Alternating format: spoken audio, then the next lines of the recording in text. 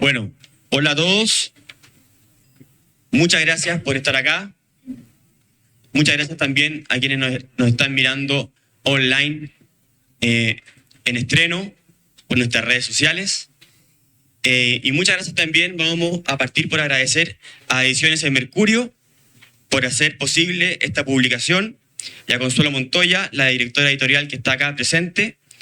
La publicación El odio a los ricos, igualitarismo, decadencia económica y percepción pública, de los autores Axel Kaiser y Rainer Zitelmann.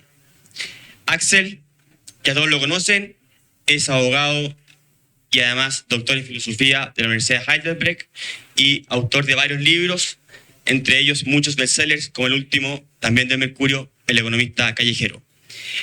A Rainer lo conocemos menos en Chile, así que voy a tener que leer bien su abultado currículum. Rainer es doctor en sociología y además doctor en historia, autor de más de 20 libros bestsellers, 3 de ellos en castellano y disponible aquí afuera gracias a Libertad y Desarrollo para quienes quieran comprarlo. El último es En defensa del libre mercado. Bueno, nada más voy a decir eso y agradezco también a los presentadores de este libro, a nuestro director Gerardo Varela y a Gonzalo Sangüesa, si peligo Ricardo Sangüesa, pues son 2 grandes economistas de Chile. Un aplauso, por favor, a todos ellos.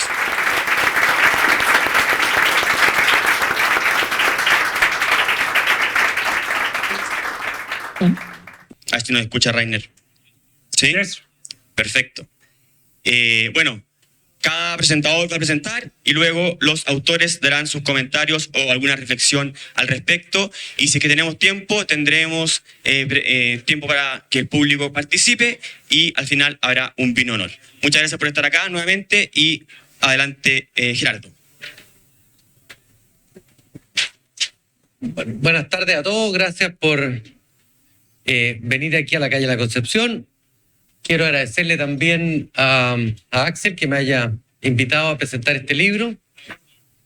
Espero que este libro sí te haga millonario. Y de pasar a este presentador. El primer golfista profesional de Estados Unidos se llama Walter Hagen. Era un personaje fantástico. Describió el golf como un deporte que era igual a la vida, que se camina despacio, se juega rápido y de cuando en vez hay que detenerse a oler las flores. Como profesional que era, fue despreciado en su época por los puristas del golf, que consideraban que este debía ser un deporte amateur. De hecho, nunca lo dejaron jugar en los clubes privados. Una vez un periodista inquisidor le preguntó por qué él quería ser millonario, cobrando por jugar golf. Y él contestó, no, yo no quiero ser millonario, yo solo quiero vivir como uno. Y a todos nos pasa, la verdad que despreciamos a los ricos, pero queremos ser uno de ellos. No he conocido a nadie que cuando uno le pregunta, ¿usted prefiere ser pobre o rico? Diga, no, yo prefiero ser pobre. La verdad es que todos queremos vivir como millonarios, pero no todos queremos pasar por el esfuerzo de llegar a serlo. En mis casi 40 años de ejercicio profesional como abogado, he visto a muchos hacerse millonarios, a varios ver pasar oportunidades que los podrían haber hecho millonarios y a no pocos perder su estatus de millonario por malas inversiones o por creer que la suerte que se tuvo una vez se puede repetir, sabiendo sin embargo que las probabilidades están siempre en contra del éxito. Paul Getty decía que se hizo millonario estudiando más que el resto, trabajando más que el resto y después encontrando petróleo. Nadie conoce el secreto de cómo hacerse rico. Pero sí, los que lo han logrado tienen 3 elementos en común. La riqueza acompaña al esfuerzo, al talento y a la suerte. Los que hacen dinero por suerte normalmente la pierden, y es la historia de muchos de los ganadores de la lotería. Y la que se obtiene solo por el solo esfuerzo no es suficiente para ser millonario a nadie. Es esa combinación de esfuerzo, talento y suerte la que genera millonarios. Pero hay un cuarto elemento que nunca falta, y es un medio ambiente propicio para que florezcan los millonarios. Eso se llama un ecosistema de la riqueza. No es casual que en Cuba o en Corea del Norte no haya millonarios, salvo los que gozan de los favores del sistema político, que son millonarios comparativamente con la pobreza del resto. Por el contrario, en Estados Unidos, que es un ecosistema tradicionalmente favorable a los millonarios, hay más millonarios que en toda África y Medio Oriente sumados. Hoy sabemos que la riqueza se crea y que no es un juego de suma cero. Esto no es natural al entendimiento humano. La gente en general considera que lo que gana se lo quita a otro. Pero la economía nos enseña que el comercio favorece a todas las partes, que el esfuerzo humano puede construir una casa cuyo valor es mayor que la sumatoria de sus materiales, y que el talento de un pintor o un escritor puede generar riqueza de una pintura o una novela. La riqueza florece en lugares donde existe seguridad personal y jurídica. Esto significa que se respeta la humanidad y la propiedad de las personas, y donde se hacen cumplir los contratos y los impuestos no son confiscatorios. En ese medio ambiente prosperan los países y con ello prosperan las personas. Paralelos entre países que lo hacen bien y los que lo hacen mal son muchos. Jamaica con Singapur, por ejemplo.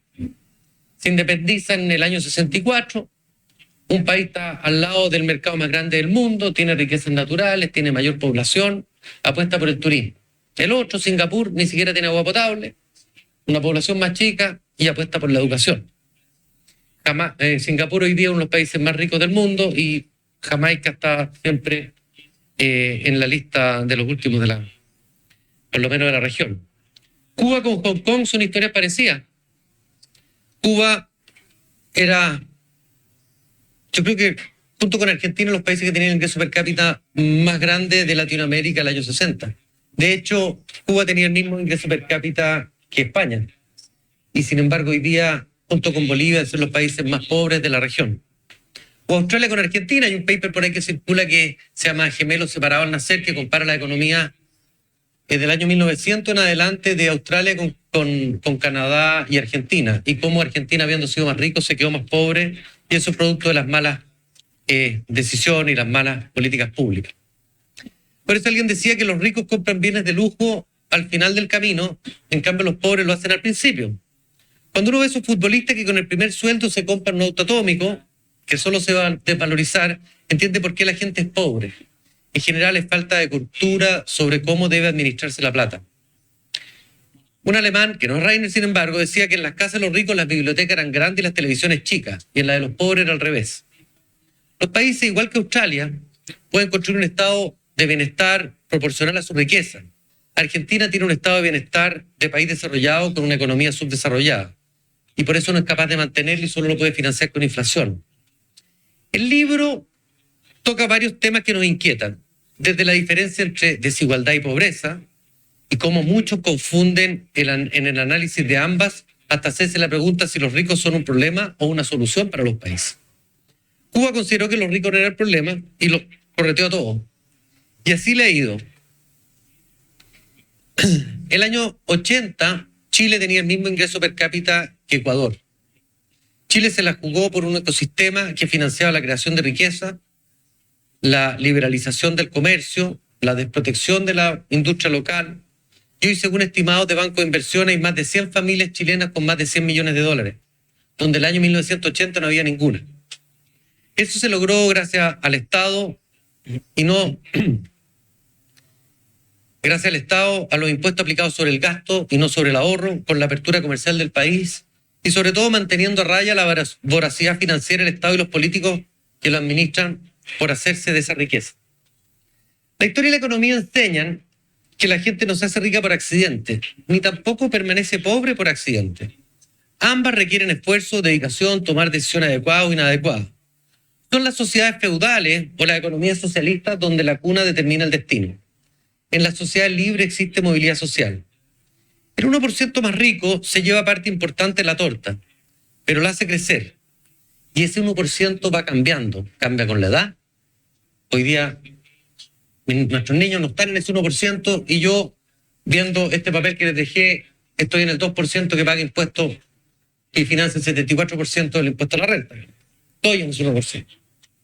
Ese 1% va cambiando. El mismo Chile, donde estaba la familia Cousiño, dueña de Lota, los Santos, que eran dueños del Salitre, los Ross, los Varela, en fin, familia muy próspera. Ahora están los Yarur, los Lux y los Angelini, han cambiado. Y como dije, cambia por la edad. Los que perdieron su riqueza se la llevaron las malas políticas públicas o las malas decisiones económicas, o una combinación de ambas. A los segundos su riqueza la creó la apertura de la sociedad a la innovación, la minería y el comercio. Por eso la gente joven no es rica, pero durante su vida progresa. Y una vez que se retira, deja de estar en ese 1%. Pero vamos al libro. Este trata de explicar las razones por las cuales se odia a los ricos. La primera es la envidia, que es un reflejo de nuestra falibilidad como seres humanos. Nada refleja más este concepto que dos frases famosas en nuestro servo político. La primera fue la del ministro Nicolás Seguirre cuando dijo que a los alumnos aventajados había que sacarle los patines. Y la otra fue la del impostor Rojas Vade cuando armó su candidatura a la Convención Constituyente sobre la frase: si la salud no es buena para todos, que no sea buena para nadie. El libro se extiende sobre el tema de la envidia y en particular nos presenta el novedoso índice denominado el coeficiente de envidia social, creado por el autor Rainer Zita.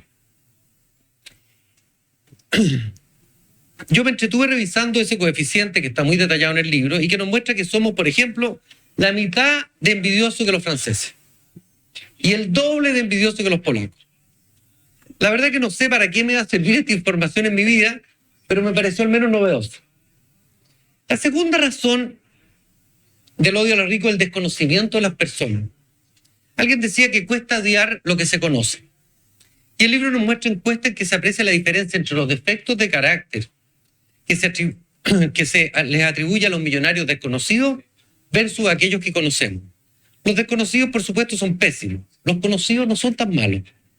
Este es un desafío para los millonarios chilenos, darse a conocer ellos, dar a conocer su historia, de cómo lograron el éxito y sobre todo cuántas veces fracasaron. Y finalmente todo lo que hacen con su plata, porque muchos no la disfrutan, sino que la trabajan, la invierten o la donan. Otra forma de conocimiento es pasar por experiencias compartidas. Este es un desafío para nuestro país, donde cuesta poco aislarse del resto. La educación pública ayudaba en esto, pero hoy se ha perdido. Churchill decía que la Revolución Francesa no ocurrió en Inglaterra gracias al cricket, que juntaba a todos los vecinos el domingo en cada pueblo de capitán a paje alrededor de un juego. Las guerras mundiales tuvieron en Europa, entre tanto sufrimiento, un beneficio lateral, que fue precisamente el sufrimiento compartido. El pueblo de Londres nunca olvidó que el rey se quedó en Londres durante los bombardeos del Blitz. El porcentaje de oficiales ingleses muertos en la Primera Guerra Mundial es más alto que el de los soldados rasos. Y entre los oficiales, el colegio que más muertos tuvo fue precisamente el que educa a la nobleza, Eton. Otra razón es la frustración con la falta de oportunidades. Cuando las economías no crecen, los sueldos tampoco. Y ese estancamiento lleva a que la gente se frustre. Acá los líderes de opinión, políticos y comunicadores hacen un muy mal trabajo porque culpan a los ricos, al sistema, a los inmigrantes, a los abusos, al imperio de Estados Unidos, a todos menos ellos mismos. Las malas políticas públicas, burocracia, permisología, altos impuestos son los culpables. Pero como decía el Principito, lo esencial es invisible a los sentidos. Esas causas no se ven o no son obvias. Esto nos lleva a otras razones y es de la ignorancia económica. La idea de que la riqueza no se crea sino que se distribuye. La idea de lo que gano yo se lo quito a otro. En esto me saco el sombrero frente a Axel y su otro libro, El economista callejero, que ha sido el libro más vendido en Chile y se ha traducido a muchos idiomas, incluyendo el polaco, donde se explica, entre otras cosas, cómo se crea la riqueza. Y ayuda a entender por qué son menos envidiosos que nosotros. Pero en eso nada de lo que se diga o haga será suficiente. Nadie entiende bien cómo se crea la riqueza y no hay que cansarse en explicarlo una y otra vez. Y aquí los economistas son un poco crípticos a veces en explicar. De la mano con el odio a los ricos está el tema de la desigualdad y la definición de qué es justo. En la revista Rolling Stone venía un artículo en tono de denuncia donde decía que era muy injusto que el 99% de las descargas de Spotify se concentraran en menos del 1% de los cantantes. La revista reflexionaba que en un mundo justo, el 99% de las preferencias debieran descargar el 99% de los cantantes. ¿Pero es eso realmente justo? ¿No radica más bien la justicia en que las preferencias libres, autónomas, independientes de millones de personas decidan, y que una consecuencia no buscada pero ineludible es que esas preferencias se concentran en ciertos autores que se hacen millonarios y otros que no llegan a fin de mes? ¿No es más justo un mundo en que el talento tiene recompensa? ¿Se imagina la cantidad de fuerza que requeriría obligar a millones de personas a elegir proporcionalmente la música en Spotify para hacer un mundo supuestamente más justo? Es lo que pasa con el socialismo. Ineludiblemente debe coaccionar, debe imponer la fuerza sobre las preferencias. Porque como decía Lady Thatcher, en el socialismo la gente no puede elegir libremente porque no escogerían el socialismo. El libro hace un muy buen análisis del coeficiente Gini, sus virtudes, sus defectos y sus limitaciones. Cuando España y Nigeria tienen el mismo Gini, uno se da cuenta que es un índice que no sirve de mucho, porque no mide la riqueza, sino que mide la desigualdad. Lo que sí muestra el libro, y es preocupante, es cómo en Chile el Gini no se mueve después de transferencia y gasto fiscal. Esto demuestra el fracaso del discurso que el Estado debe aplicar impuestos a los ricos para distribuir esos fondos entre los pobres. Eso, al menos en Chile, no es real ni efectivo. La evidencia no lo avala.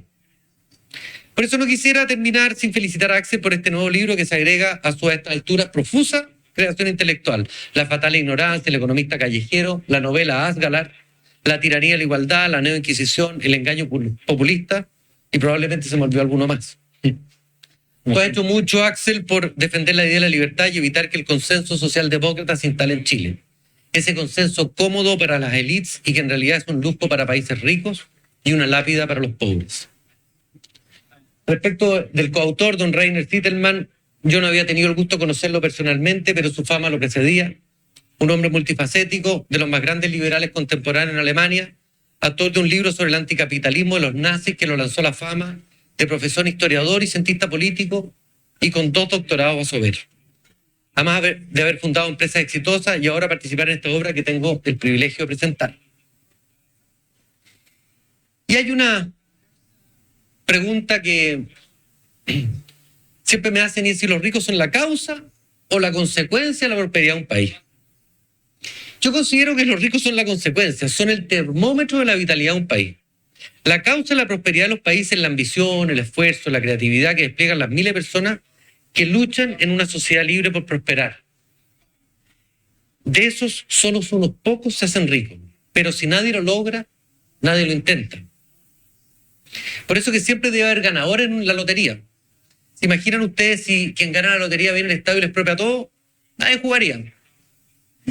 Es el esfuerzo de los miles de millones de personas tratando de ganarle a la vida los que hacen prosperar a las sociedades, no los pocos que lo logran.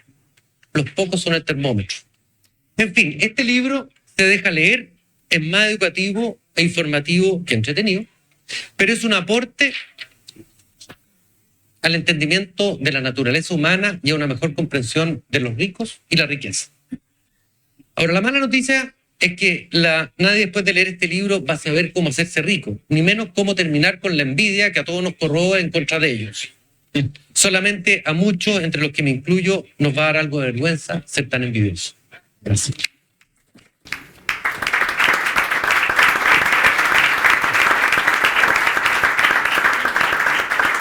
Muchas gracias, Gerardo. Ahora, Gonzalo, adelante, por favor. Bueno, muy buenas tardes a todos los presentes y a los que nos están siguiendo por las redes. Primero, agradecer a la Fundación por invitarme a presentar este libro. Los autores de este libro presentan una descripción muy detallada de la decadencia y a esta altura ya del empantanamiento de la economía chilena en los últimos 10 años. Este es un tema que yo he observado y estudiado en profundidad también. Y lo más interesante es que da una explicación a por qué ocurre esto en la segunda parte del libro. Este libro, lo van a ver ustedes, está hecho con rigurosidad económica, pero además tiene el aporte de ciencias como la psicología, la sociología, que lo hace mucho más interesante, sobre todo para los que no venimos de esas áreas, y que ustedes como lectores lo van a apreciar realmente. Entonces, realmente es muy recomendable el libro. En la primera parte del libro, donde se documenta todo el proceso de decadencia y estancamiento de la economía, realmente muy impactante. O sea, cuando uno mira esos números y esa evolución y piensa que ya pasaron 10 años, uno queda realmente impactado. Y la pregunta que surge es, ¿cómo es que nuestra clase política nos desvió del camino al desarrollo? Nosotros íbamos, desde mediados de los 80, camino al desarrollo. Íbamos convergiendo a los ingresos de los países desarrollados. Íbamos convergiendo al ingreso per cápita de Portugal, un poco más nos faltaba, pero íbamos convergiendo o acortando la distancia con España. Entonces, ¿cómo es la clase política? No es primera vez, además. O sea, la pregunta es cómo, si nos ha pasado antes, si antes también habíamos ido camino al desarrollo y nos desviamos, ¿cómo lo hicimos de nuevo? Si uno no cree en los datos de Chile, le ha pasado a tantos países. Ustedes han escuchado ese término de la trampa del ingreso medio. O sea, muchos países hacen el primer esfuerzo y se quedan ahí. Y nuestros vecinos, algunos retroceden. Entonces, además, está la evidencia internacional histórica de que esto pasa. Entonces, cuesta entender, digamos, cuál es el discurso, cuáles son las decisiones que recoge nuestra clase política que nos llevan a este camino. Y el libro ilumina bastante sobre eso, sobre qué estaría detrás de esas decisiones, detrás, ¿no es cierto?, de esa opción que toma la clase política. ¿Por qué, la pregunta, Chile cada cierto tiempo da estos saltos al vacío? Cada cierto tiempo en nuestra historia dejamos de lado la técnica, dejamos de lado, ¿no es cierto?, el conocimiento científico, la evidencia científica, y abrazamos un sueño, como que si pudiéramos hacerle un atajo al desarrollo. Y el proceso de desarrollo, tenemos muchas historias y todas son más o menos parecidas. Tal vez hemos sido crípticos, explicarlo los economistas, pero no es tan difícil y todos los países más o menos les pasa lo mismo. Muy pocos países se sacan la lotería y como decía Gerardo, esos países que se sacan la lotería tampoco son desarrollados. Y Venezuela es uno de esos. Es el país que más reservas de petróleo tiene. El consumo del petróleo lo tenía al lado. Estados Unidos ahora ya no, porque es autosuficiente, pero por mucho tiempo Estados Unidos demandaba petróleo. Entonces Venezuela lo tenía todo. Se sacó la lotería y mira dónde está Venezuela. Entonces, ¿cómo uno dice nuestros políticos no ven eso? Bueno, el libro ilumina mucho sobre cuál sería la razón de eso. En la primera parte se presenta un conjunto de políticas que básicamente la principal tiene que ver, ¿no es cierto?, con los aumentos de impuestos. O sea, Chile en algún momento era de los países que tenían los impuestos más bajos del mundo, crecía rápidamente y lentamente y después se aceleró fuertemente en los últimos 10 años, se empezaron a aumentar los impuestos y esos impuestos son más altos, ¿no es cierto?, que los otros países. Pero también, junto con eso, aumentamos la incertidumbre institucional, lo explican muy bien los autores, con todo el tema de la reforma constitucional, que viene de hace 10 años atrás. Y además cambiamos las reglas del juego. Por ejemplo, Gerardo fue ministro de Educación, sacamos, ¿no es cierto?, a los privados de la educación, entonces fuimos cambiando las reglas del juego. Bueno, todo eso, cuando lo mira en perspectiva de 10 años, lo muestra muy bien el libro, el ingreso per cápita de Chile hoy día es muy parecido al año 2013. No hay mucha diferencia. En circunstancias que los últimos, o los 30 años anteriores, siempre nuestro ingreso per cápita iba subiendo. Y el ingreso tiene que ver, ¿no es cierto?, con un montón de factores positivos para la economía. Y la causa directa, lo explica muy bien el libro, no es el escenario internacional, no, hemos tenido choques internacionales como todos los países. Tampoco es algo que yo escucho mucho, que se nos agotaron nuestras capacidades, nuestros recursos. O sea, nunca hemos estado mejor posicionados que hoy día con la transición energética. Chile es un país privilegiado en esos términos. Entonces, tampoco es cierto. Es lo que dice el libro. Son malas políticas. No es una, es un conjunto de políticas económicas erradas y durante un largo tiempo, ya llevamos 10 años. Y por lo tanto, obviamente, eso al final del periodo, el libro lo documenta, ¿no es cierto?, aparece esto. Más interesante me resultó a mí la explicación de esto. Y la explicación de esto es principalmente de acuerdo al libro ideológica y tiene que ver con la distribución del ingreso. O sea, todas las políticas se hicieron pensando en mejorar la distribución del ingreso, independiente de que eso fuera a afectar el crecimiento y que fuéramos a terminar todos más bajos. Entonces, ese conjunto de políticas es lo que llevó a esto. Y la pregunta que surge ahí, ¿no es cierto?,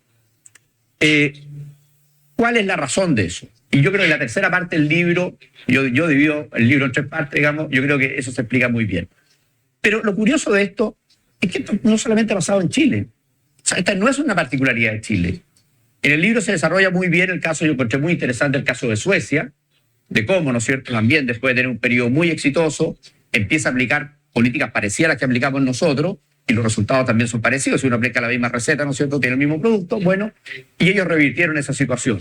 Y me resultó muy interesante el caso de Alemania, porque el caso de Alemania, uno tiene una visión distinta, ¿no es cierto?, del estado de bienestar alemán, y aquí se explica muy bien cómo ese estado de bienestar generó ciertos resultados y cómo la reversión de eso es lo que le da un impulso a Alemania. Entonces, yo creo que los ejemplos que hay, que nos deja un poco más tranquilos, que no somos los únicos que hemos recorrido este camino, sino que hay otros que también lo han recorrido, han corregido y han llegado a ser economías desarrolladas. Entonces nos da alguna esperanza. La tercera parte del libro también a mí me resultó muy interesante, porque ¿cuál es la razón de todo esto? Y básicamente, ¿no es cierto?, la razón de todo esto es la percepción que tiene la ciudadanía de los ricos. O sea, eso es, ¿no es cierto?, lo que hace que se tomen estas políticas, porque en general la percepción que tiene la ciudadanía no es positiva de los ricos. No hay una percepción positiva. Estoy hablando de los datos para Chile. Y la ciudadanía conoce poco a los ricos. O sea, no tiene una buena opinión de los ricos, no valora a los ricos, pero los conoce poco. Y eso está muy bien desarrollado y documentado, ¿no es cierto?, con estudios internacionales, transversales de panel, con el aporte de la psicología y de la sociología. Y si la percepción no es positiva, entonces hay un espacio, ¿no es cierto?, para denostar a los ricos. Es gratis denostar a los ricos si los ricos no son bien percibidos por la población. Y políticamente, ¿no es cierto?, es fácil ganar votos al presentar políticas para aumentarle los impuestos a los ricos. Porque si los ricos no son bien percibidos, entonces yo puedo ser populista con políticas que le aumentan los impuestos a los ricos. Entonces ahí uno empieza a entender por qué en el libro Chile cambia el rumbo. O sea, hay una razón fundamental y tiene que ver principalmente, ¿no es cierto?, con esta percepción de los ricos que hace que movimientos políticos usen eso, ¿no es cierto?, y que es la bandera de la distribución del ingreso para cambiar el rumbo que llevaba el país. Yo encontré muy interesante cómo los estudios muestran, y sale en el libro, cómo cambia cuando uno conoce a los ricos. O sea, la percepción de alguien que ha tenido contacto con los ricos, conoce a los ricos, es mucho más positiva de alguien que no los conoce. Y eso es interesante por algo que decía Gerardo, que yo también voy a comentar al final. Yo creo que el libro entrega dos desafíos. Uno, el primero, diría yo, es que entendamos como país que la fuente de la riqueza y la mejora social permanente proviene del crecimiento económico. No hay otra fuente. Esta semana, si vieron el Mercurio, ¿no es cierto?, el presidente de la Comisión de Expertos para el Pacto Fiscal, Manuel Marfán, decía: a la larga, subir impuestos es un pésimo negocio. Es lo que más afecta el crecimiento económico. De hecho, planteó que los aumentos de impuestos a las empresas del 2000 han llevado a un significativo menor nivel de actividad económica. Eso ratifica todo lo dicho en este libro. Y esa comisión no es una comisión de derecha, no es una comisión de centro, no es una comisión de izquierda, es una comisión transversal. Y no hubo voto de minoría. Todos estuvieron de acuerdo en eso. Entonces es muy importante que por lo menos estemos despertando, ¿no es cierto?, de este sueño y que ya empecemos a reconocer transversalmente lo que el libro nos plantea. Y esperemos que los políticos incorporen esta verdad dura en las próximas políticas públicas.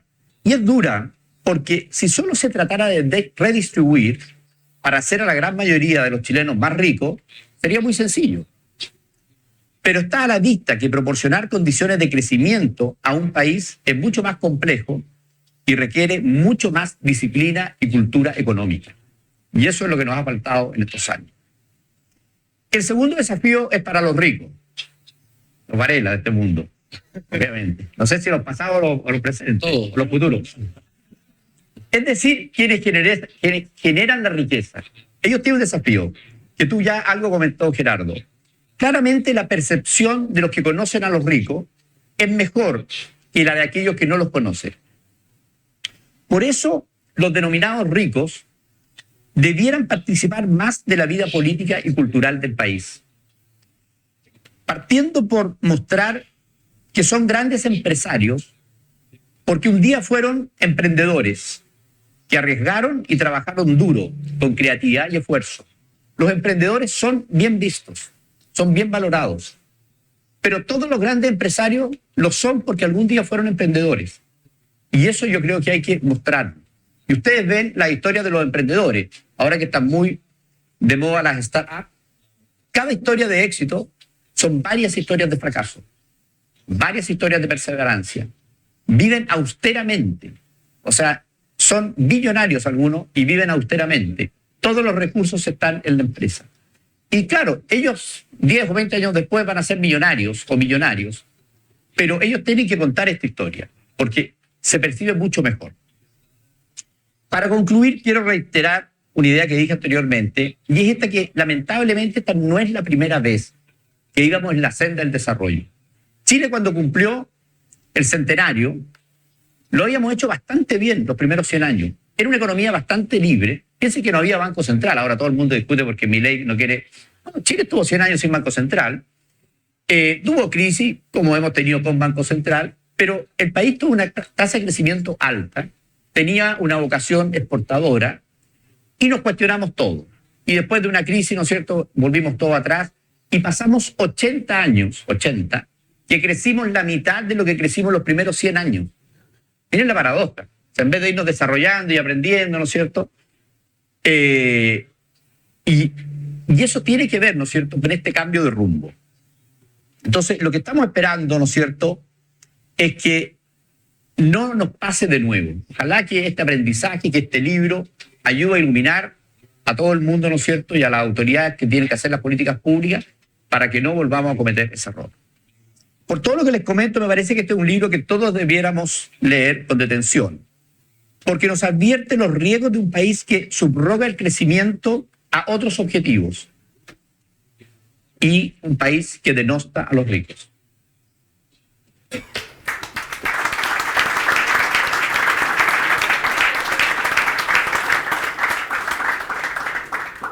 Muchas gracias, Gonzalo, por esa presentación. Rainer no tiene los audífonos. Axel, ¿qué es? Rainer, you want to go now or you want to go? As you will. Go ahead.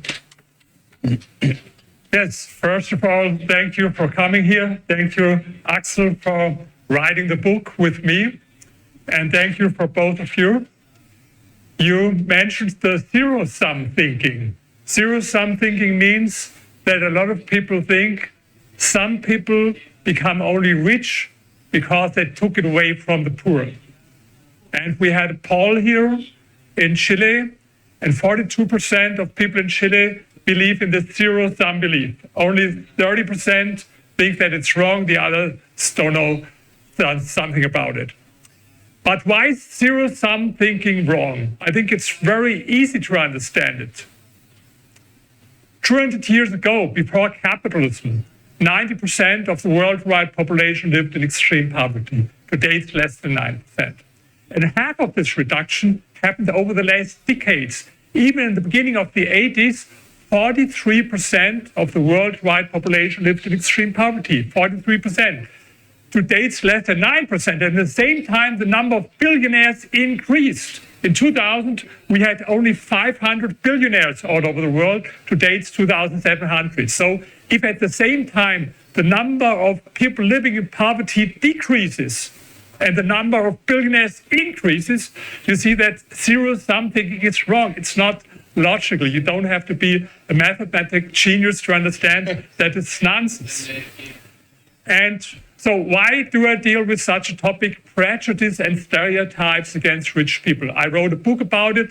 It was the first book about prejudice and stereotypes against this minority rich people. We have thousands of books, prejudice against Jewish people, black people, gay people, women, and whatever. But there was not a single book about prejudice against rich people. And today, you know, people are sensitive and sometimes even hypersensitive if you say anything what could be considered as critical or negative to any minority. Even in Germany, where I come from, if you ask someone who's black or who looks Asian, where do you come from? It's considered as a kind of hate against them. So people are very sensitive if you say anything, for example, negative about Muslims. But with rich people, you can say all negative things, all the hate speech. In Germany, where I come from, we had protests with posters, "Kill your landlord." And on the internet, you can find a lot of posters like, for example, "Eat the rich, kill the rich," and with the guillotine. And some years ago, protesters positioned a guillotine in front of the house of Jeff Bezos, Amazon founder, with a guillotine. Imagine this would happen for another minority. Someone would have banners with "Kill Muslims" or "Kill Jewish people." Everyone would be outraged, and rightly so. But with rich people, you can say everything negative. No one has any problem with this, with the exception of Axel and me. And this is the reason why we wrote the book. And maybe you can say, okay, rich people, why is it a problem if there are prejudice and negative opinions about rich people? Anyway, they have a good life. The reason is, if you look in history, economic growth is related with the attitude towards rich people. I will give you one example. China. In the end of the 50s, 45 million people died in China as a result of the biggest socialist experiment in history, the so-called Great Leap Forward. And even in 1981, 88% of people in China lived in extreme poverty. 88%. Today it's less than 1%. Why did it happen? Because Deng Xiaoping started in the beginning of the 80s with free market reforms, introducing private property, and he had one motto, one slogan: let some people become rich first. And I can guarantee you, people in China are really fascinated by the idea to become rich. And in Vietnam and Korea also. We had a survey, we asked people, how important is it for you to become rich? In Europe and in the United States, it was on average 28%. In Asian countries, it was 58%.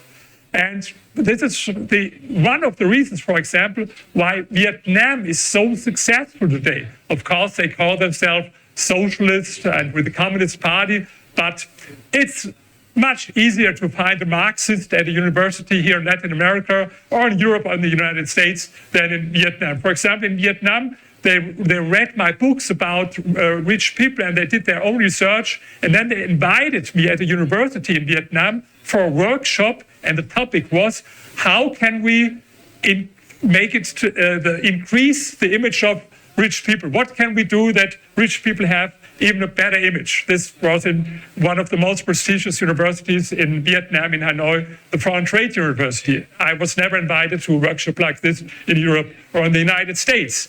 So I think the attitude towards the rich is important, whether they are scapegoats or whether they are role models, especially successful entrepreneurs, because most of the rich people became rich as entrepreneurs. You have to look at the list of the richest people in the world, and whether you see Jeff Bezos, Elon Musk, Sergey Brin, Larry Page, Bill Gates, or Zuckerberg, all of them became rich as entrepreneurs. And I think these entrepreneurs should be role models for people and not scapegoats.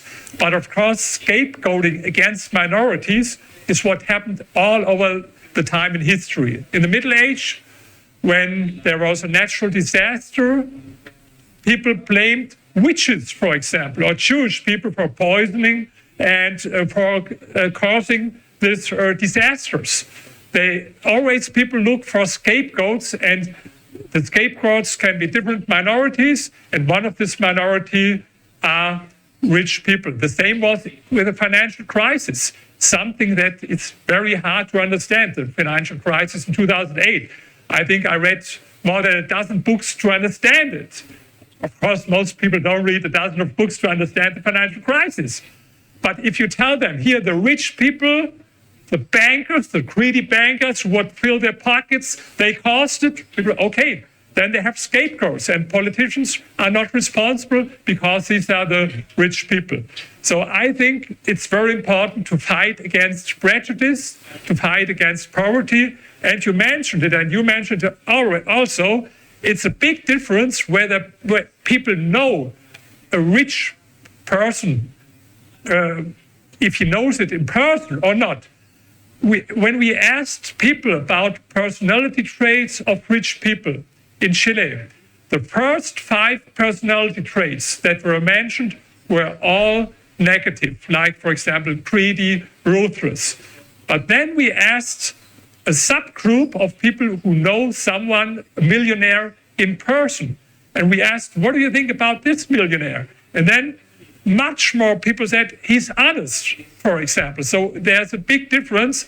And this has something to do whether you know rich people in person or not. In the end, I can tell you a funny interview that I had with a left-leaning journalist 2 years ago. I wrote another book. This was my second doctoral dissertation about the psychology of super rich people. This was the topic of my second doctoral dissertation. And I had an interview with a journalist who was very left-leaning, but in a way, he liked me, I liked him. And in the end of the interview, he asked me, hey, please be honest. Isn't it this way the rich people are as we know it from the James Bond movies? They want to rule the world? Okay. How many multi-billionaires do you know in person? Was the first question I asked him. Multi-billionaires? 0. How many billionaires do you know in person? 0. How many people who, for example, have some hundreds of millions you know in person? 0. How many people, double-digit millionaires you know in person? 0. And how many single billionaires do you know? He said, yes, it's one, it's you. So this is the difference between you and me. You know them from the James Bond movies. And I know them because my second doctoral dissertation was with, I had interviews with 45 very rich people. And so, but not everyone knows rich people. And so they know them from the media. And this is a big problem. The media, we had also an analysis about how rich people were portrayed in Hollywood movies. And you know how they were portrayed in most of the Hollywood movies, very negative. So, Axel, thank you very much that I had the opportunity. It's our first book. I hope it's not the last one. And I thank both of you and I thank the publisher for having this great what they didn't know that pigs are my favorite animals. Yes, since I'm a child, but I really love the cover and I hope you will love the book. Thank you.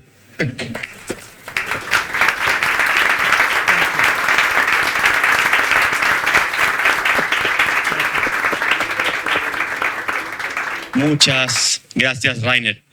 Axel, por favor. Bueno, muchas gracias. Voy a cerrar brevemente para que haya tal vez un espacio de interacción. En primer lugar, agradecer una vez más a Consuelo, mi editora de El Mercurio, que está aquí presente y que partimos ya hace muchos años en la aventura de escribir libros y publicar libros. Y creo que tu apuesta por este autor ha rendido sus frutos, Consuelo, así que buen ojo, estás camino a ser rica. Segundo, agradecer a Gonzalo y a Gerardo por presentar el libro y los comentarios tan detallados y detenidos. Y también a Gonzalo en particular, porque gran parte de los datos que yo pongo en el libro son investigaciones que él ha hecho. Así que quiero agradecerle a él y a Arturo Claro, hermano Fernando, que también han participado haciendo investigación académica sobre la década perdida de Chile, que es una tragedia, ¿no? Que era previsible por lo demás. Y agradecerle a Rainer, porque él, la verdad es que había hecho ya este trabajo de investigación respecto de otros países y para el caso de Chile encargó todos estos estudios de opinión y los financió él de su bolsillo. ¿Ok? Algo que deberían hacer los ricos en Chile. Pero lo financió él porque ha tomado como una cruzada esta lucha por la libertad y básicamente en contra de los prejuicios que sufren sistemáticamente a todo nivel las personas de más éxito, es decir, aquellas que han contribuido de mayor manera al bienestar social. Porque eso es un rico. Salvo que sea, ¿no es cierto?, la hija de Hugo Chávez o sea Cristina Kirchner. Ahí no, pero o alguien de las fundaciones de esta... Ahí no has contribuido. pero los ricos son los que más contribuyen al bienestar social, ¿no? Es decir, al bienestar de todos nosotros. Y Raina hizo este análisis y gracias a eso pudimos escribir este libro. Brevemente, yo llevo desde el año 2005, cuando empecé a escribir en el Diario Financiero, nadie me conocía. Creo que la primera columna fue de este tema, del igualitarismo, argumentando que la obsesión de Chile con esto de la desigualdad nos iba a terminar por destruir. No hay una toxina más perversa para la psicología de un país que el discurso igualitario. Es nefasto, es lo peor que existe. Y cuando hablo de discurso igualitario me refiero a igualdad ante la ley. Por supuesto que eso es lo que nosotros defendemos. Me refiero a la igualdad fáctica, la igualdad material. Esta idea de que no puede haber algunos que se escapen mucho. ¿Por qué es, y lo voy a repetir una vez más, un veneno nocivo para el bienestar social? Porque inevitablemente trabaja sobre la mentalidad de la suma cero, a la que nos hemos referido acá, y pone el acento en los que tienen más. El discurso igualitario no es, ¿cómo vamos a sacar de la pobreza a los que están mal? No, el discurso igualitario es, no puede ser que haya unos que les esté yendo mucho mejor que a otros. Y cuando tú atacas a los ricos, y esto es pura envidia, nada más que envidia, ¿no? Cuando tú atacas a los ricos, lo que haces es atacar el sistema que permite que existan ricos. Y al atacar ese sistema, que ha permitido que algunos se encumbren por sobre los demás, tú cierras las avenidas que le permiten a todo el mundo mejorar su condición. A propósito de lo que dijo un ministro chino, creo que era de Deng Xiaoping, por impedir, refiriéndose al pasado comunista de China, que algunos andaran en Rolls Royce, condenamos a todo el mundo a andar en bicicleta. ¿Cierto? En un país libre vas a tener gente andando en Rolls Royce y otros van a andar en otros autos, pero probablemente cuando haya suficiente progreso todos van a tener un auto. Y eso es lo importante. Entonces, ¿qué es lo que ocurre? Este diagnóstico, tengo que decirlo de nuevo, se instaló desde la izquierda extrema, pasando por toda la centroizquierda y toda la centroderecha. Prácticamente sin ninguna excepción, incluyendo al expresidente Piñera, incluyendo a la gente muy bien intencionada, muchos de nuestros amigos en Chile Vamos, y así sucesivamente, que todos votaron a favor de la reforma tributaria de Bachelet en su segundo gobierno, o la mayoría, no sé si todos, pero fue apoyado por la derecha, lo que fue un error, obviamente. Sin mencionar que en el gobierno anterior se le había subido de nuevo el impuesto a las empresas por parte del presidente Piñera, equivocadamente, a mi modo de ver. ¿Por qué? Porque el paradigma instalado incluso a nivel de empresarios es, sí, hay un problema con la desigualdad. Porque están tan confundidos que no entienden que el problema nunca es la desigualdad.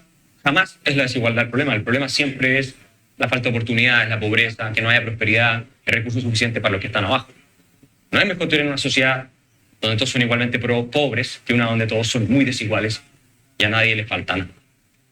Bueno, el libro lo que hace es retratar en las cifras que mencionaba Gonzalo cómo esta ideología antirricos, que está estudiada en el capítulo en que se analizan las percepciones que los chilenos tienen de los ricos también, terminó por girar la economía política del país hacia la pura redistribución estatal. Y lo más divertido de todos los papers que he leído sobre este tema, no sé si divertido, es casi trágico, es uno de René Cortázar, que es una persona que sin ninguna duda tiene en su mente el bienestar de Chile y quiere que el país salga adelante, pero él dice en ese paper del 2017 o 2019, no recuerdo bien, pero una de esas dos fechas, que de pronto en Chile se dejó de hablar de crecimiento económico y de lo único que se empezó a hablar era redistribución de riqueza. Y se había olvidado la historia de mediocridad económica de nuestro país. O sea, a confesión de parte, relevo de pruebas. Esto que yo venía diciendo hace 15 años, y digo yo, soy autorreferente porque me acuerdo que en el pasado yo era el único, y todo el mundo me odiaba por esta cuestión. Bueno, lo plantea de manera muy transparente, honesta, y me parece bien articulada René Cortázar en un paper sobre el fin del desarrollo acelerado de Chile, en que se pregunta desconcertado, ¿cómo es posible que haya pasado lo que pasó, lo que preguntaba Gonzalo? Porque se instaló la ideología del igualitarismo, esa es la conclusión a la que él no llega. Pero es evidente que eso es. Cuando tú estás obsesionado con igualdad, y hay que agradecerle a Nicolás Izaguirre que haya manifestado esto de manera tan clara, tienes que bajar de los patines a los que están andando más rápido. Es decir, tienes que tratar de bajar a los que están más arriba, ¿no? Y eso se hizo a nivel de reforma educativa, reformas laborales y obviamente a nivel de reforma tributaria. Y el proyecto constitucional, lo que en realidad buscaba, el que rechazamos el año pasado, era una constitución básicamente socialista para Chile. Se acababa la propiedad privada, en realidad, etcétera, todo lo que nosotros sabemos. ¿Y cuál era el argumento? Para ir cerrando y para dar espacio a preguntas. Si ustedes leyeron el libro El otro modelo, de Fernando Atria, Alfredo Ionian, Guillermo Larraín, José Miguel Benavente y Javier Couso, todos quienes deben estarle pidiendo disculpas públicas a Chile por haber apoyado y promovido la ideología que se cristalizó en la reforma de Chile, que destrozaron la economía de este país. Si ustedes leen ese libro, se van a dar cuenta que hay un igualitarismo instalado primitivo. Es decir, llegan a sostener que no se pueden aceptar desigualdades, por ejemplo, en materia de salud. Es decir, que haya personas que tengan acceso a ciertos tratamientos y otros no. Es decir, para ellos es mejor que se mueran todos a que se salve un porcentaje. Eso llegan a plantear. Esa es la teoría de los derechos sociales de Atria que se trató de meter en la constitución anterior que rechazamos, lo que motivó las reformas de Michelle Bachelet, y esto de la igualdad, obviamente, para el pueblo y no la igualdad para los pocos. Como decía Orwell en La rebelión en la granja, unos somos más iguales que otros. Y Chile se destrozó por un tema de mentalidad y de discurso público que casi no tuvo resistencia. Y que sembró en lo que estudió Raina, que son las percepciones de los chilenos sobre los ricos. Cuando tú tienes toda la cultura, los medios de comunicación, las universidades, las escuelas, los colegios y las redes sociales hablando en contra de los ricos y en contra del sistema económico, ¿qué esperas que la gente piense de los ricos y del sistema económico? Ahora hay una oportunidad importante, creo yo, para revertir eso. Y el trabajo que hacemos con la Fundación, y también porque la gente que está en la centroizquierda se ha dado cuenta que esto no puede seguir adelante. Eduardo Frei dijo hace poco que la economía estaba en el suelo o destrozada, no sé qué concepto utilizó exactamente, pero no es el único, ya hay varios que están diciendo que tenemos que volver a preocuparnos del desarrollo económico. Porque yo les pronostico algo, así como ocurrió en el 2019, en que la crisis social que tuvimos fue fundamentalmente el producto de las reformas de Michelle Bachelet, que destrozaron el progreso de la mayoría de los chilenos, porque con un crecimiento de 4 o 5% no teníamos lo que llaman estallido social. Eso se los firmo. Si no logramos crecimiento en los próximos años, vamos a volver a tener una crisis de esa magnitud. O de otra magnitud, o con otra connotación, pero la vamos a volver a tener. Y el sistema democrático va a estar puesto de nuevo en tela de juicio en nuestro país. Y todavía venimos recién saliendo del anterior. Si es que. Así que esto es una urgencia por la supervivencia del sistema. Una cosa que reconocen Fernando Atria y ellos, increíblemente, en el otro modelo, es que las tasas de crecimiento aceleradas, heredadas del modelo neoliberal de los Chicago Boys, permitieron la consolidación de la democracia en los 90 en Chile. Es mucho más fácil tener simpatía por la democracia cuando tú tienes prosperidad que cuando estás viviendo en la miseria o cuando tienes grandes problemas para salir adelante, ¿no? Y más aún si tienes temas con la criminalidad, el orden público, se suma todo, peor todavía. Así que esta es una preocupación que deberá ser de Estado a estas alturas, por el bienestar no solo de los ciudadanos más pobres, sino que del sistema democrático. Así que para cerrar, y compren el libro, porque quiero hacerme rico también, cómprenlo, léanlo, porque tienen muchos argumentos y datos que pusimos ahí con Raina que van a ser además muy útiles para entender lo que ha pasado y como argumento. En un debate, en discusiones que uno tiene con gente, a veces no sabe qué decir. Hicimos un trabajo de sintetizar mucho material en ese libro, en pocas páginas, y difundámoslo, porque si no cambiamos la mentalidad ante ricos, sorpresa, vamos a terminar muy pobres. Gracias.